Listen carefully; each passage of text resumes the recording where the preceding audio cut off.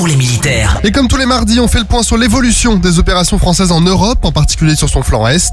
En Roumanie, les unités françaises, belges et luxembourgeoises du bataillon multinational participent à l'exercice Eagle Spearhead sur le camp de Chinku. Cet exercice, concentré sur l'infanterie mécanisée, mobilise 6 nations et près de 300 soldats alliés, notamment des Roumains ainsi que des détachements polonais et portugais en provenance de la multinationale Brigade South-East. Et à l'occasion de cet exercice, les compagnies d'infanterie françaises et belges ont été prises à partie par l'ennemi simulé. Les guideurs aériens ou JTAC ont alors demandé un appui aérien pour se désengager.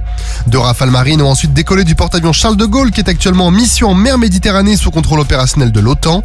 Après un passage bas au-dessus de la zone hostile, aussi appelée show of force, pour déstabiliser l'ennemi, les 2 avions de combat ont simulé un ciblage et une frappe de bombe guidée. En Estonie, la compagnie d'infanterie légère a réalisé des tirs de mortier aux côtés de l'Estonian Defense League à Sirgala au nord-est du pays pour travailler l'appui d'artillerie d'urgence. L'objectif de cette séquence était de concentrer les tirs des pièces sur un objectif commun. Les chefs de pièces estoniens et français ont guidé leurs pointeurs, pourvoyeurs et tireurs pour réaliser des tirs tactiques coordonnés. Et dans le même temps, les tireurs de précision du sous-groupement tactique interarmes, l'autre détachement français stationné en Estonie dans le cadre de l'opération Lynx, ont participé à une compétition internationale de tir longue distance aux côtés des tireurs d'élite alliés britanniques, estoniens, lettons et américains invités. Après des phases d'infiltration et de renseignement, les tireurs d'élite du SGTIA ont réalisé de nombreux tirs tactiques et techniques aussi en utilisant toute la palette d'armement à leur disposition.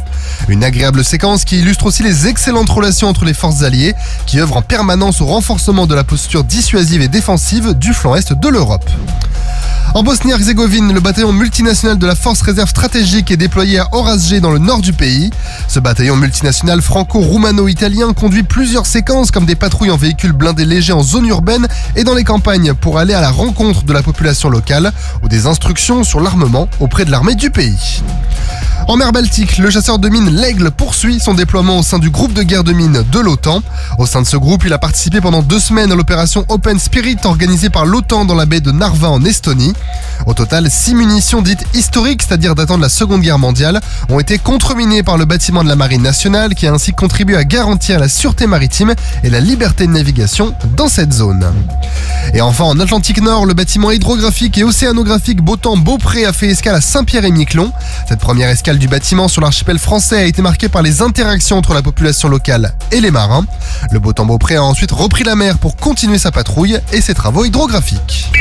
Sur terre, sur mer, comme dans les airs. Skyrock PLM, en équipe avec Uneo, la mutuelle des forces armées.